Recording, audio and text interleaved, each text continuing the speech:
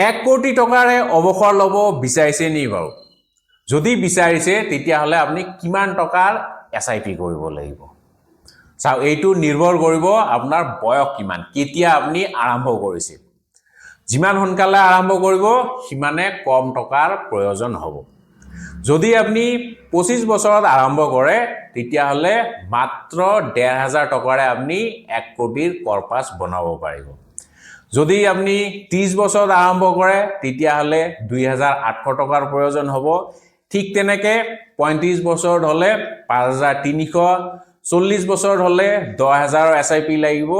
45 বছৰত হলে 19,800 ৰ এসআইপি প্ৰয়োজন হ'ব আৰু যদি আপনি 50 বছৰত আৰম্ভ কৰে তেতিয়া হলে আপনি 43,000 ৰ এসআইপি কৰিব লাগিব সো ইয়াৰ পৰা আপনি কি গম পালে যিমান সোনকালে আৰম্ভ কৰিব সিমানে ভাল সো যদি আপনি এতিয়া আৰম্ভ নাই কৰা তেতিয়া হলে এতিয়া এসআইপি ষ্টাৰ্ট কৰক আৰু প্লিজ কমেন্ট কৰি পেলাই মোক জনাওক এতিয়াৰ আপোনাৰ এসআইপি এমাউন্ট কিমান